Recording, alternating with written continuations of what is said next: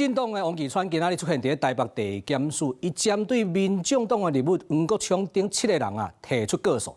王岐川就讲啊，伊想起来啊非常的恐怖，因为伊过去竟然去互逮，啊个偷袭，伊搁啊呛声讲黄国昌啊，那拍官司啊，亲像啊捌赢过。针对这款的讲法，黄国昌啊颠倒了来批评，讲民进党的政治人物胡乱告诉啊，这早就毋是一天两天的代志啊。 透早去北检市零体告，过去捌互黄国昌教学团队跟对9天，民进党立委王岐川针对黄国昌在内拢总7个人提起刑事告诉。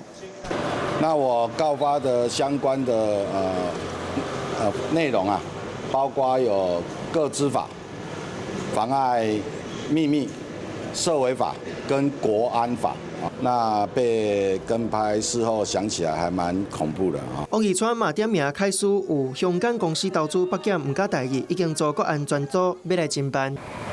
我被民进党这些政治人物滥诉啊，其实也不是第一天了。到目前为止，民进党这些政治人物对我提起滥诉的记录是全败。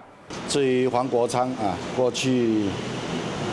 在相关的记录里头啊，他打官司好像也没赢过啊。案情嘛有新的发展，网络媒体报道，电视中互人翕到甲已经结婚的查某人手牵的，其实是黄国昌透过关系袂歹的企业主才知影消息。黄国昌就派狗仔去翕，互企业主非常不满。 而媒体人李正和嘛掌握领团媒伫28号暗时，甲台港高站会议细节，表示迄场会议敢若4个人，社长陈生清嘛伫咧遐，向台港承认领团媒大部分的独家拢是为黄国昌遐来的，台港完全毋知影，所以接受去随停止发稿，结束经营。对此，李正和嘛质疑，当作是领团媒亚空单背去看1.2亿好野人厝，敢讲嘛是黄国昌提供的。再接再厉。 希望继续的操作，然后操作到我跟佩奇医师的身上。私底下的群众偷袭行动，如今嘛逢公开检视，政治丑闻嘛搁加一盏司法攻防。